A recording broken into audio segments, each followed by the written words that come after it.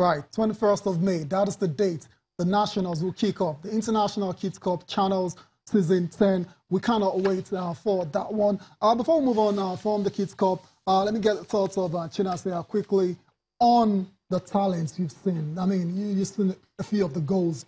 Your impression so far? Yeah, fantastic. The Fakor lad, the goal I just saw now, you know, the way he confidently controlled the ball, knew his player was coming, beat him, and expertly dispatched it with his left leg, you know. So it just shows you the amount of talent we have in the country, and it's a great thing Channels is doing for trying to discover this talent. We just hope that very soon, or sooner than later, rather, we'll get to see somebody from the Channels Kids Cup represent us at the Cadet World-Cups. It's only a matter of time. I mean, with the consistency that they've been showing and the talents that have been coming to this competition, it's only a matter of time, I believe.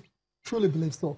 Let's move on from the Kids Cup now. Let's go and talk athletics. This is a sport, discipline where Nigeria, obviously, I don't know. I mean, they just don't, they're not at that level yet. Let me put it that way. They're not at the level where they get to compete really well to win major honors. But in Edo State, the Opepe Road Race went down over the weekend. And surprise, the Kenyans and the Ethiopians... Are you telling me surprise, or as usual? Yeah, surprise. I'm being sarcastic. The Kenyans came to Edo State, Opepe to be precise, and carted away all the top honors.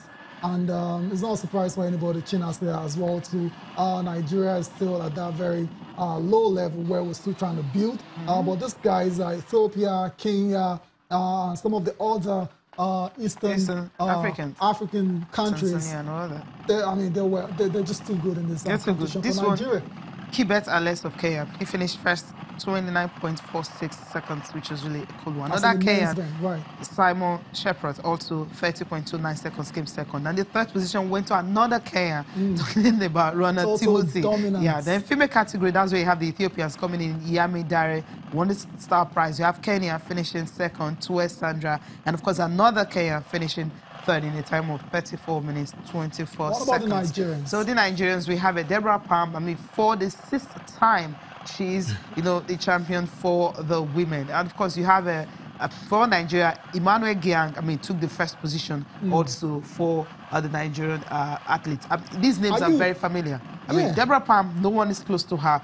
Emmanuel Giang also, no one is close to him. So these more like are the stars that we always look forward to. We're just looking for that day where they'll finish in the top 3, not the first Nigerian to finish first. I don't always like that. Yeah, I think, Chinase, I'll come to you on this one as well. I think we had someone on the show some time ago, and he categorically said, these names that you know, Palm, Gang, they're not the guys. I mean, they're getting on the beat in age now, so don't expect them to... She's 28 now. Deborah Palm should be 28. Don't expect them to go on and, you know, be the ones to dominate for Nigeria in this marathon. And so that brings to the question where, I mean, where are the other guys that are marathoners? Where are the other marathoners in the country if we have to keep hearing about the same name season in, season out? You know, for me, the most important thing here is for races like this to continue happening.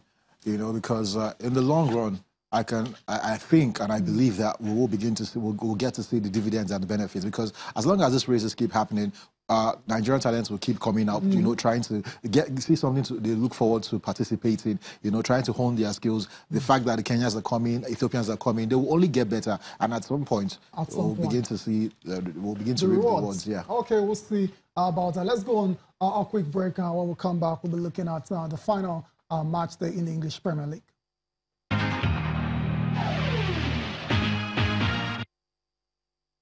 Welcome to the semi-finals of Lagos preliminaries of this year's Channels International Kids Cup.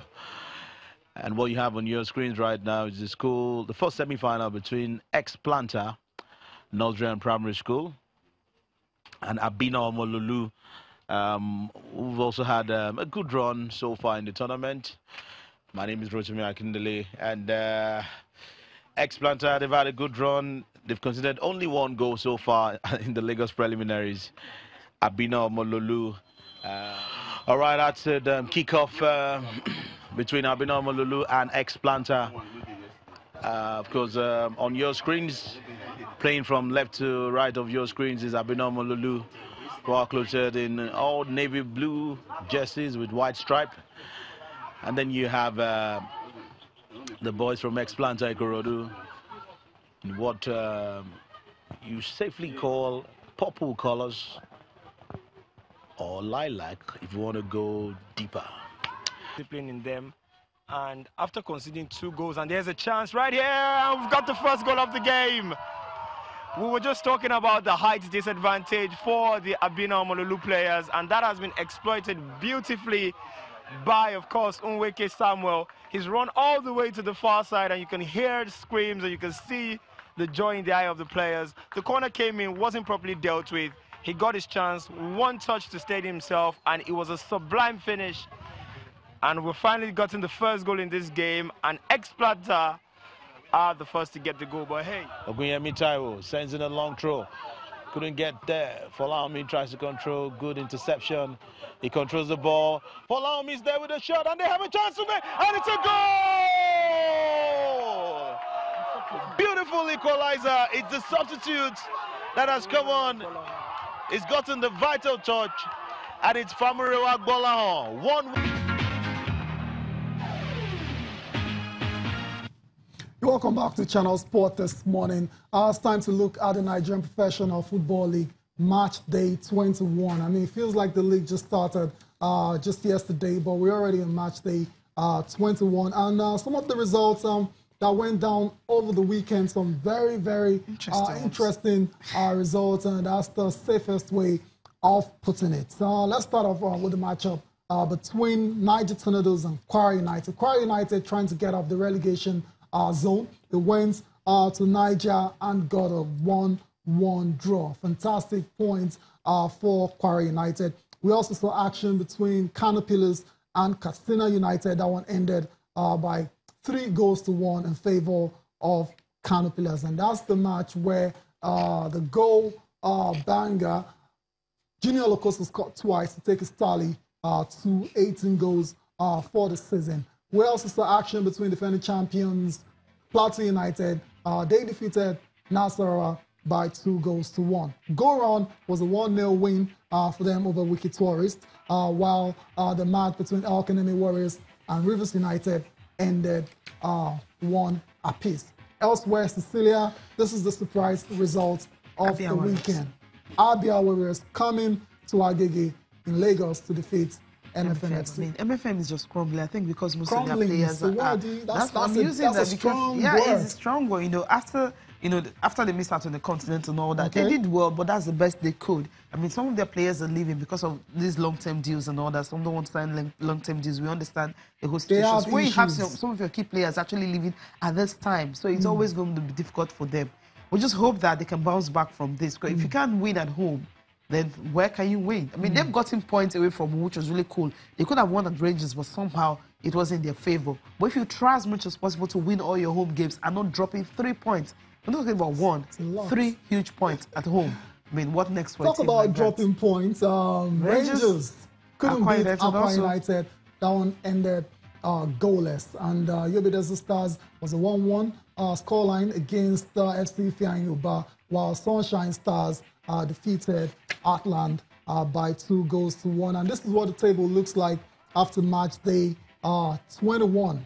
Lobby Stars comfortably, still on top, 37 points. Not exactly comfortable anymore because Kano Pillars is right behind them on 35 points. You also have defending champions Plateau United on 33. But for Lobby Stars, they have 2 games outstanding where they can, get points and probably extend their lead at the top of the table. Chinasea, looking at the makeup of the top 3 there, would you say you're surprised by any of this after 21 rounds of games?